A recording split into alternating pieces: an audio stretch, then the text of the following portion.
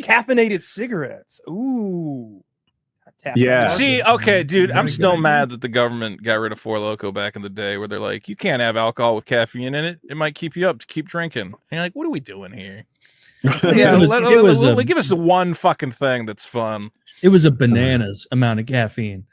Because the 24-ounce Four Lokos was like every one of those you had was like drinking an entire bottle of wine and like 4 coffees.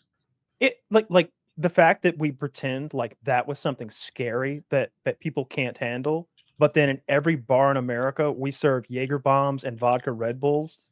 Clearly, caffeine and alcohol mixed together is not a problem. They just had a problem that there was a product you could buy off a shelf that did it. Like you go into it, those are some of the most popular drinks I could think of. Vodka Red Bulls are so they're like little shots. No. Yeah, you get like a Jimmy glass. I don't know what you call it. Depends who's making it. 4-inch tall glass. Sometimes it's about who's buying it that makes them mad. I've told this story before, so real quick.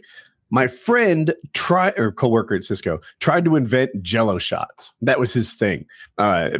Jello shots existed before him, of course, but not a shelf-stable Jello shot that you could put on a counter at room temperature that wouldn't turn into a liquid.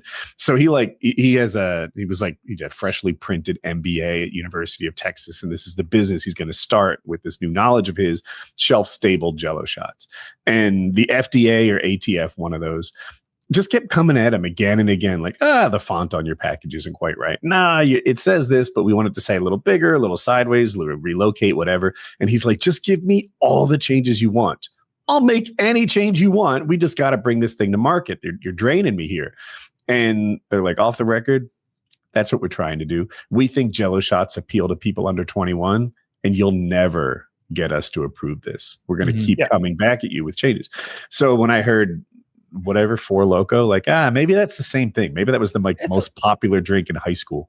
Well, the problem is the whole purpose of Jello shots is to sneak alcohol into places it's not supposed to go in a family-friendly item. It is by its very nature kind of a bad thing. That's what the original guy that invented it. It was to sneak it onto a naval base for a party or something like that.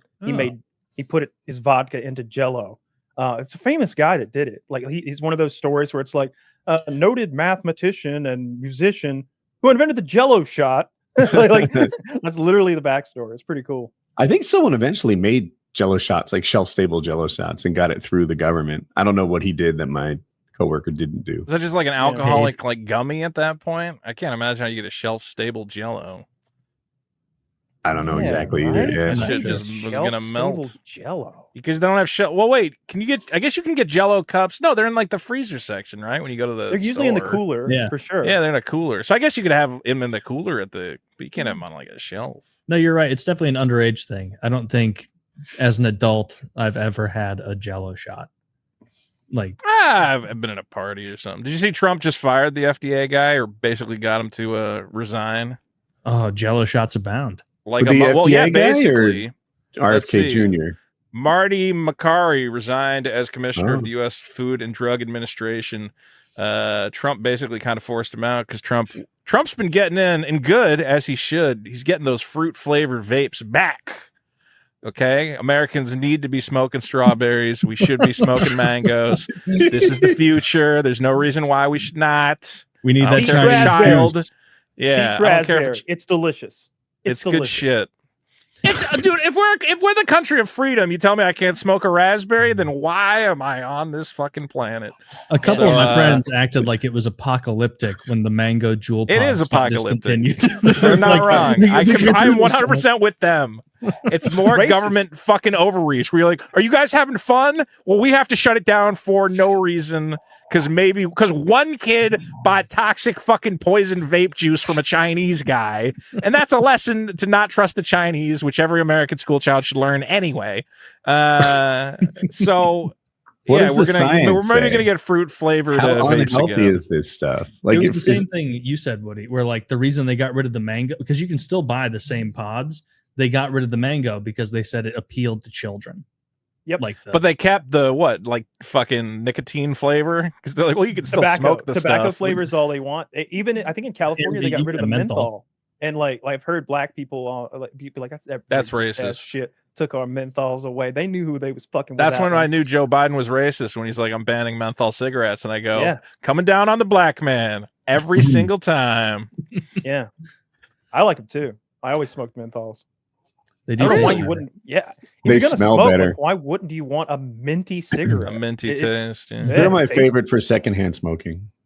Yeah. That's fair. Yeah, mine too. Yeah. Cigars. Cigars. Cigar is bottom tier, dude.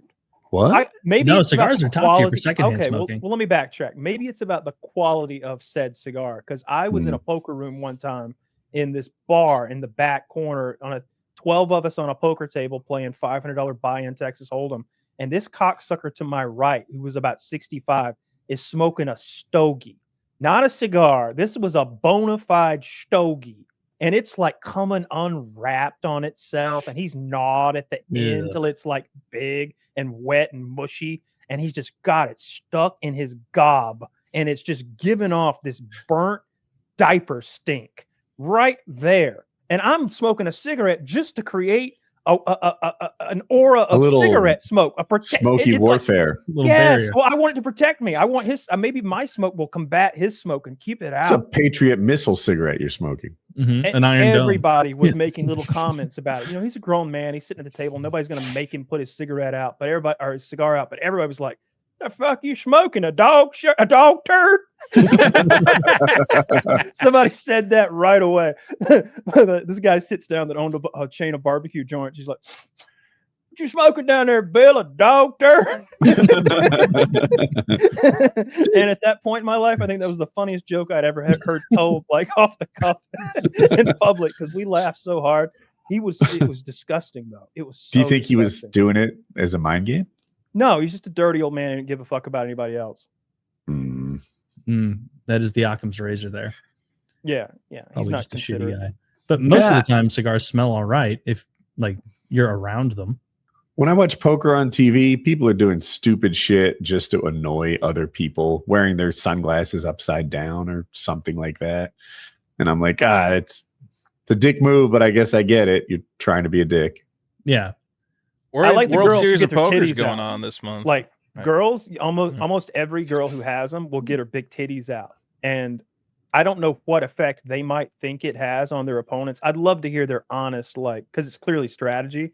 Maybe they just want TV cameras. Because I tell you what, like whenever I watch like live Texas Hold'em poker that's being played, not on like TV, like streamed on the internet. Like there's a private poker room at a casino where it's like, "Welcome to Bill's Casino. And I'm Bill. And today we're going to be watching a star-studded group of players play $100, $200 Texas Hold'em. There's Rod, and they got a little roster, and maybe one or two of them you've heard of before. And there's always smoking hot waitresses in there with camel toes and their tits out, and the chicks always have their tits out. I love it. Makes sense. And I've never seen anybody do anything at a poker table that I think would have bothered me, except for the guys who were truly antagonistic, the ones who are like insulting, like, "What are you going to do? What are you going to do?" He doesn't know what he's going to do. Like you start like really shit talking him. I've seen people like want to fight.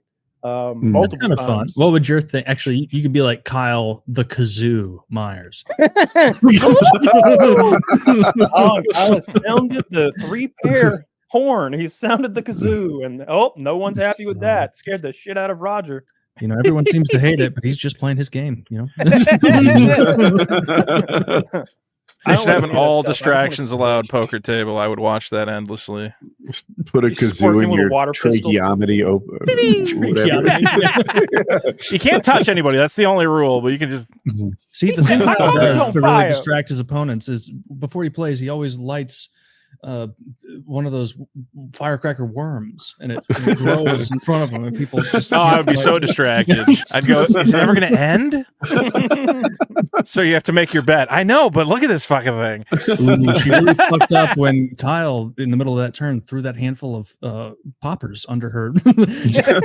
Those crackers right under her chair. What are they called? Whips or something? I forget.